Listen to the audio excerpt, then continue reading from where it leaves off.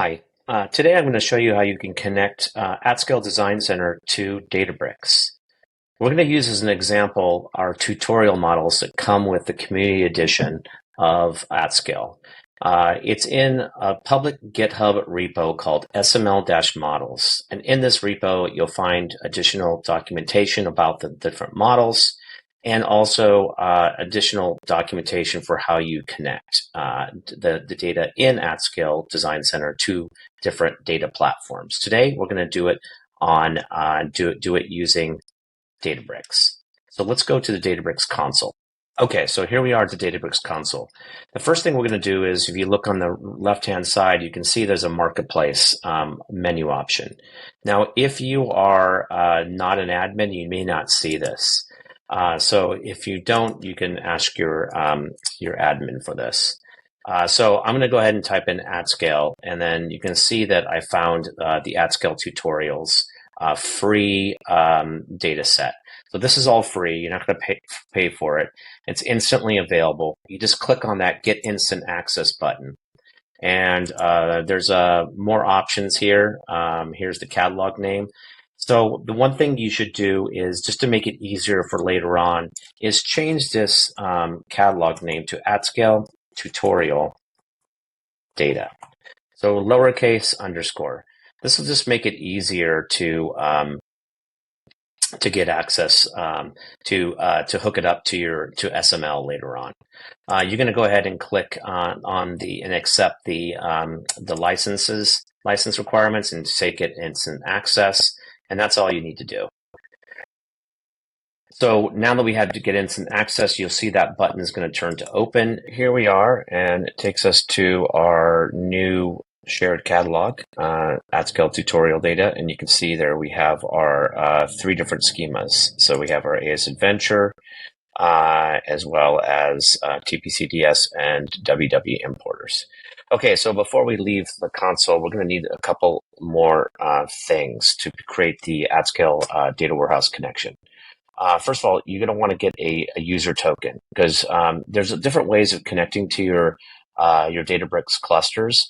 We're going to use, for this demonstration, we're going to use a token-based access. So to do that, you can go into your profile here to settings and click on developer. And you can see you have this manage tokens here. So you can generate generate a new token and name it, give it a lifetime. And then it's going to generate that token. You're going to want to copy and keep that someplace because you're only going to see it once. You're going to use that token for the AtScale password. Okay, so you're going to use, for the username, when you connect with the AtScale data warehouse, you're going to use token, and then you're going to use this token for the password. Okay, that's important. All right, so what else might you need? Well, you're going to need a warehouse. I actually created a warehouse here, Dave's warehouse. I just created an extra small. You're going to want to make it sized for whatever kind of data size that you might have. I'm starting with small. But click on this connection details here. So you're going to need some information here. So you're going to need the server host name. So you want that. You're going to need to remember that the port is 443. And then you're going to go into this, into the JDBC URL section. And what you're going to want to capture is this piece right here that I've highlighted. So you're going to want, starting at the transport mode and ending before the semicolon at the end. You're going to use this to put that into your other JDBC box in the Design Center data warehouse connection screen. So again, after write transport mode equals and all the way to the end, but not including the semicolon. Okay, so let's now head over to Design Center and set up our data warehouse connection. Okay, so here we are in AtScale Design Center. So you can see there's my three tutorial models. This again comes pre-installed if you download the Community Edition. So here we go. So let's go and hit on the AtScale icon, pull down in the upper left, and you can hit Settings. Now, what you have if you have the Community Edition is you're already going to have a connection or a data warehouse connection to Postgres. We're going to add an additional one by clicking on the Databricks icon here. Now, when you create a connection to a cloud data warehouse, there's two parts. The first part is called a data warehouse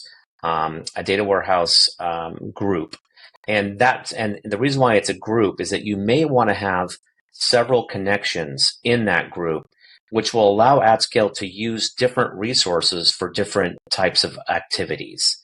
For example, building an aggregate in AtScale, you may want to use a larger warehouse than you would if you want to be serving queries.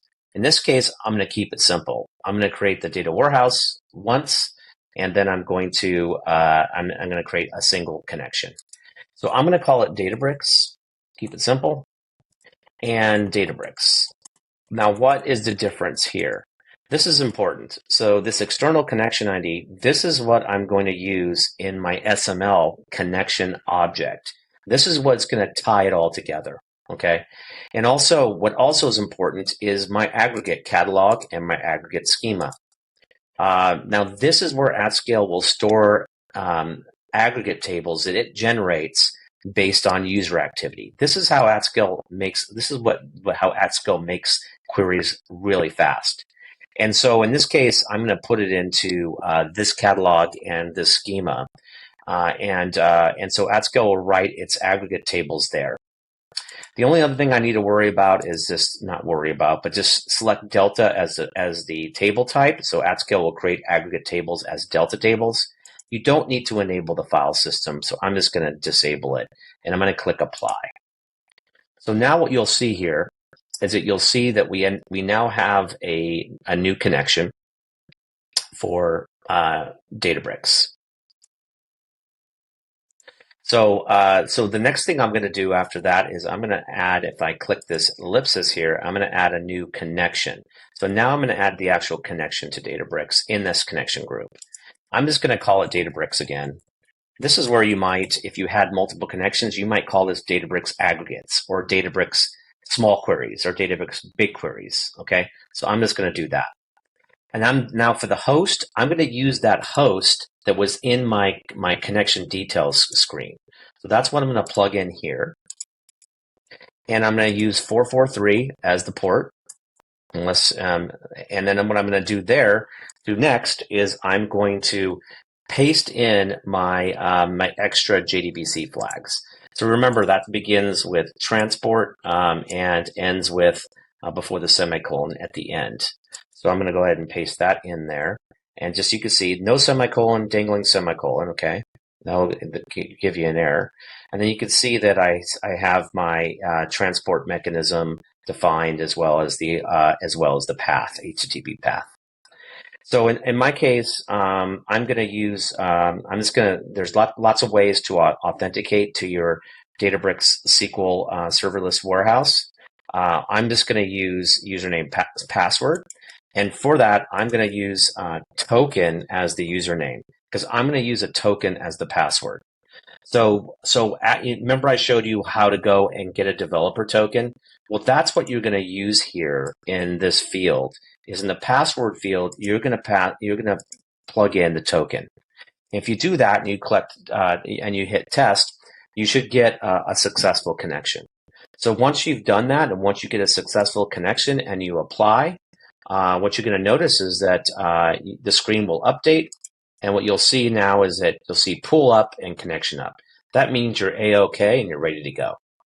So the only other thing to do is to refer to that data warehouse connection in my SML. So in my SML, there's different. You can see there's different directories or sort of different directories for the different models. What I'm going to want to do is I want to go into each model and change my connection object. In this case, this is the internet sales. Double click it and change the Postgres connection to, in this case, Databricks, because that's what I want to point to. Make sure you hit the save file, and I can go ahead now and do it for the others. You can notice that the database is AtScale tutorial database, and this is the schema that's already set up for you because remember we named the Databricks catalog that. And I can go ahead and deploy, and simple as that. I can now go after it's deployed and pull down my connection strings here, and I'm ready to go and connect to and run queries on these models against Databricks rather than Postgres. Have fun querying.